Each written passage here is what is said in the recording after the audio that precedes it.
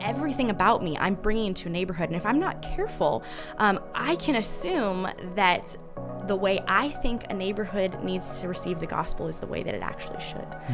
Instead of asking some questions of how do I use my story and my context with partnership with this neighborhood. This is Equip and Engage, a podcast by Subsplash, exploring how ministry, technology, and innovation come together to equip churches around the world to engage their communities. Hi, everybody, and welcome to this edition of Equip and Engage, the Subsplash podcast. We've got a great topic today. By the way, my name is Justin. I oversee our strategic partnerships here at Subsplash, and so grateful that you joined us. And I'm also joined by Lauren Gelman. Hey. And I'm going to read your title here of what you do before we get into what we're talking about today. But you are the Associate Director of Multiply on the West Coast for the Foursquare Church. Yeah. And I'll have you explain that and what your role is in just a moment. Okay. But today, we're going to be talking about what it means to learn your context, not just to lean into it, but to learn your context and why that's important. So, Lauren, why don't you talk to me a little bit about what you do for Foursquare and why are you so passionate about it? Yeah. So I get to help oversee people that want to plant a church on the West Coast. It's actually 11 states. So I'm sure you're asking, well, there's not really 11 states on the West Coast. Yeah. But it encompasses 11 states. And so if people want to plant a church, I help kind of bring them into the process and help them get trained. And then hopefully at the end, plant a church. And I'm really passionate about that because I want to see church planters succeed. I think that a lot of times we see systems that are created and we're trying to make people fit the system, right. Instead of saying, let's create really good, really healthy systems that are for people to succeed. So that's what I'm passionate about. I want to make on-ramps for people. I want to advocate for planters. So that's a little bit what I get to do in my job. Yeah, that sounds exciting. So we'll just dive into the first question here because it actually really dovetails really well on what you just said, that your goal is to help church planters succeed. Yeah. And I think what we're seeing in culture here is to even succeed, even if you're going to do any kind of endeavor, you need to really understand what the culture looks like. So let's talk about this really giant phrase, which is learning your context or connecting with your context. What does that mean and why is that important? Yeah, well, contextualization, is a big term. And I think we see not just the church doing this, we see businesses doing it. It's called marketing. So people are constantly trying to figure out, what do you need? How do I serve that? But so when we talk about as followers of Jesus, why does contextualization matter for us? Well, I think for me, the starting ground line of that is that there's a biblical precedence that's set for this. If we look at scripture, we see Jesus in Matthew 22, and he talks about the two greatest commandments of loving God and loving your neighbor as yourself. So there's this precedent set that I'm supposed to care for my neighbor at the same level as myself. And then Jesus says that all of the law and the prophets hang on this. So all of scripture hangs on this mandate to love my neighbor.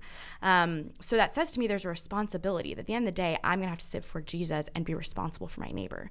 If we continue after that, we see the Great Commission, and then we see this explosive church movement in Acts. And then we see Paul. And Paul is one of the most brilliant contextualizers. Right. We're constantly seeing him do things, even his own occupation as a tent maker. We're seeing him do things that are for that context. When we look at Athens, he's using language for that people and that context so that the gospel can still go forth in its form and truth, but so that it can resonate with those people in that area specifically. Even before that, if we look at Old Testament scripture and we look at Jeremiah 29:7, it's seek the welfare of the city, and in that you'll find your welfare. And this is talking to exiles, people that don't want to be in this city. But there's still this mandate that we're supposed to really deeply love and care about our neighbors. So I think when we're starting the conversation, we have to address that biblically there's precedent set for us. I think that's so good. I think even when we talk about loving your neighbor, this is not like a generic love people. This really is a love your neighbor. And with a neighbor comes a neighborhood with history, with deep-seated ideology, with deep-seated beliefs, things that got them to that point there. And so I guess this answers kind of the question, but what would you say to why does this matter? Because I think some people would say, isn't the gospel a culture in and of itself? And aren't we really here to bring kingdom culture, which is always going to be antithetical to some degree to the culture that we're living in? are we not just bowing down to the culture of today when we're adapting to context? And how would you respond to that? Timothy Keller, who's the founding pastor of Redeemer in New York, has a quote where he says, "Cultural intelligence requires that we have a deep understanding of our own culture and how it shapes us. One of the biggest barriers to effective contextualization is the invisibility of our own cultural assumptions." So we have to look at, when we're going into a neighborhood, that we're bringing with us a lot of baggage, good and bad. I'm bringing my own story, my own history, my own context, my family, everything about me I'm bringing into a neighborhood. And if I'm not careful, I can assume that the way I think a neighborhood needs to receive the gospel is the way that it actually should. Instead of asking some questions of how do I use my story and my context with partnership with this neighborhood. I think a great example is Ballard, Washington, which is just right in your guys' backyard. Right, yeah. And it's a very interesting neighborhood as far as history. And we were talking earlier, and you have a grandpa that lives there, right? I do, 91 years old. He's an old Norwegian fisherman and has been in the neighborhood for like 60 years. Yeah, it's crazy. So your grandpa has a long-standing history in that neighborhood. And if I didn't know a little bit about the history, I could move into Ballard and look at the growth that it's experienced in the last couple years and assume, oh, well, there's these really awesome coffee shops here in this great restaurant, and there's a lot of people around here that look like me, so I can easily plant a church in this neighborhood. But your grandpa's the perfect example. There's a really rich, deep history, Norwegian history, in pockets of that neighborhood. Even when I was driving here today, I passed Safeway, which is a local grocery store, and it has Norwegian flags hanging off of it, which where else would you see that? So there's this even visible sign left, not as much as used to be, of the history of this neighborhood. And so with that needs to come an understanding. So if I moved into the portion of your neighborhood that your grandpa lives in, and I really felt strongly that, okay, I feel like I'm called to reach this people and this neighborhood with the gospel, then that means I need to shape my liturgy around the needs of those people. Even how I look at discipleship and outreach needs to ask some really key questions about the history of those people and how they learn and how their history, even with religion and faith. So there's some really big questions that need to get asked so that I can serve the needs of that community in a way that's authentic to them. Yeah. And, this actually brings up something that you recently studied and actually wrote a thesis on, which is what is the relationship of churches in gentrified areas? Yeah. Because to your point, there are neighborhoods with long-standing history, and much to the detriment that history is being overwritten by new history. Yeah. And so can you talk to me a little bit about how did you enter into this field of study? Yeah. Let's talk about that first. Yeah, so I did my undergrad work at SPU, go Falcons, so that's the university that's right here in Seattle, and I studied history and I studied art. So I was already grappling with kind of topics of contextualization. Even the art piece, I'm understanding some of the visual spatial awareness. And so there was a lot of neighborhood change that was happening. If you're familiar with Seattle or you live in Seattle, you've seen this over the last couple years. There's gentrification happening everywhere in Seattle. And in many cities, actually. In many cities in the U.S. And so I saw this happening and was kind of going, okay, I'm seeing things change in my neighborhood. So even if it's happening here in the city center, it's affecting areas around it. So I live 45 minutes away in a city called Tacoma, and that city is being really rapidly affected by the gentrification that's happening here. So Tacoma is rapidly gentrifying. There was a study that was done in our local newspaper a year ago, and they shared a study of the top 20 gentrifying cities in the U.S. And after Los Angeles, Tacoma was the only other West Coast city that was experiencing gentrification at such a rapid rate. And so that with that comes a lot of questions for me of, okay, what's my responsibility? In that, I found a book called Race and Place by Dr. David Leong, who's a professor at SPU. And he talks about the relationship of urban geography and reconciliation. And one of his chapters talks about gentrification. And so for me, I never grew up in a context where the word gentrification was used. If you're in churches that are people of color, that's something that's talked about a little more commonly because that's a really real reality. Right. But for me, in a white context, that term was never really used.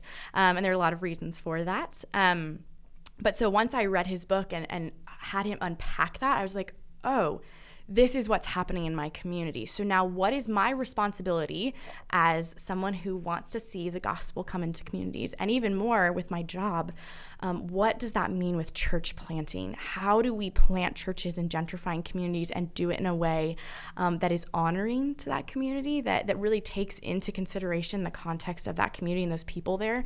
So that's kind of where that started. Yeah. Okay, so your eyes kind of were maybe opened in some ways. And by the way, I think this kind of approach really speaks to an approach of humility. Yeah.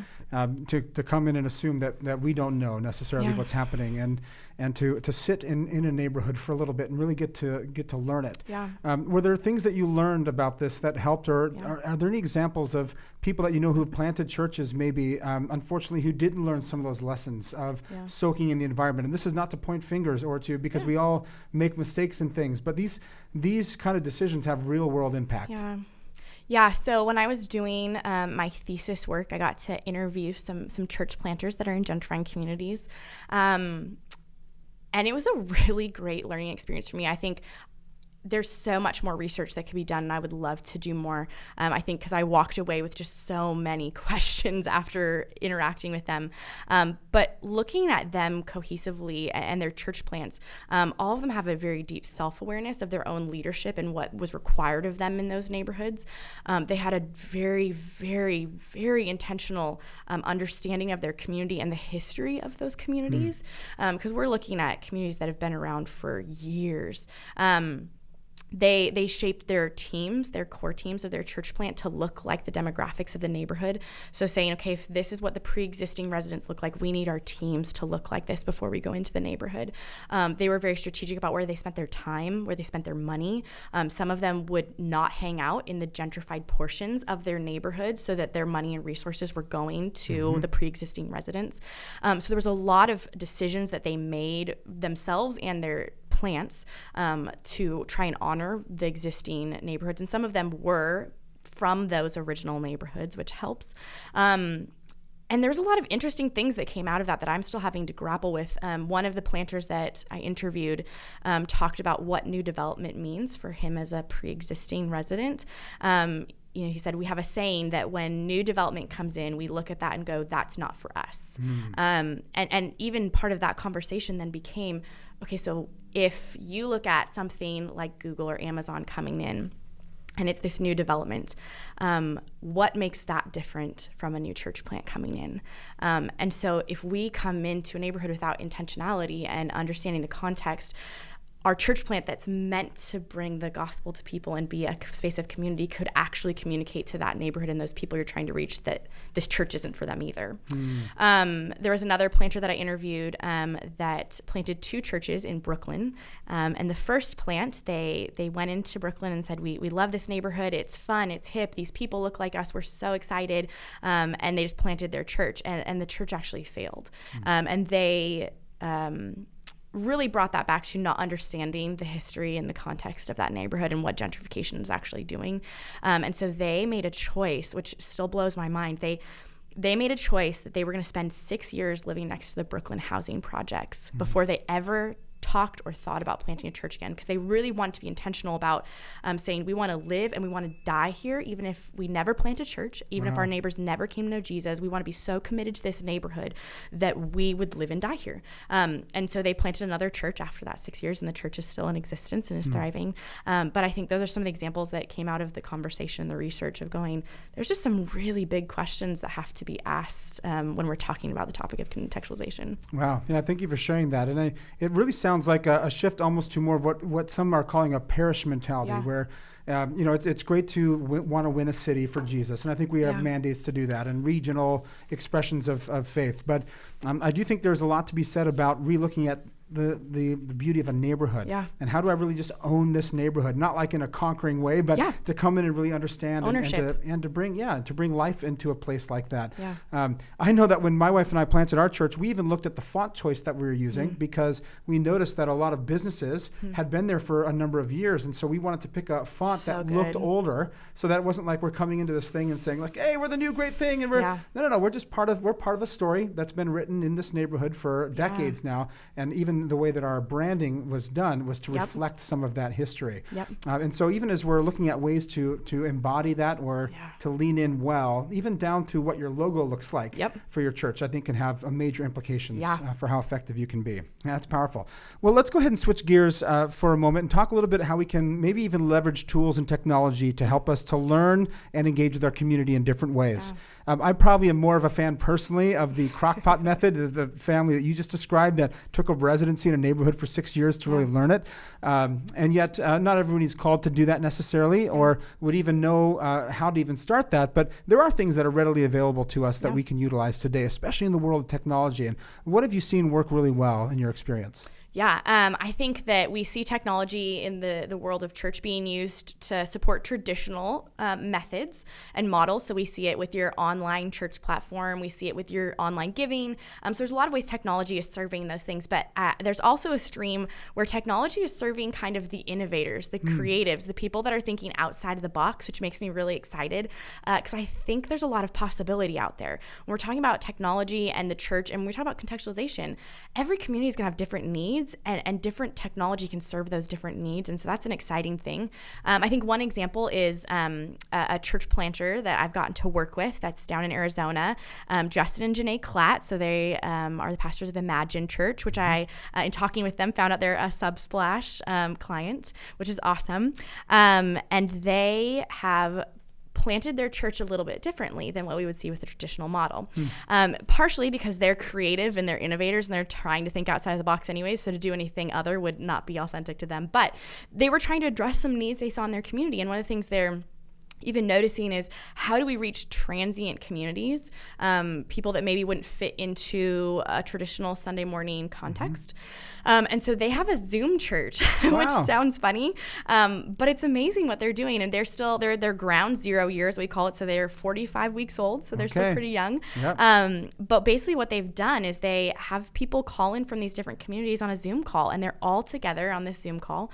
And they'll do worship, and then they'll do the message, and then they do a discussion point. So they do the first point of the message and they say, okay, now in your communities, turn to each other and have a discussion. And then they wait till those communities are done having a discussion. They come back and they keep going on with the message. So there's this conversation happening in all these different pockets of community. And they have what they call community builders that live in these different communities across the U.S. So like they have one that's in Nashville, and they have the community builder. So there's still contextualization happening on that ground level with this community builder. And they're saying, okay, these are my neighbors. Maybe this is the barista at Starbucks that works with me.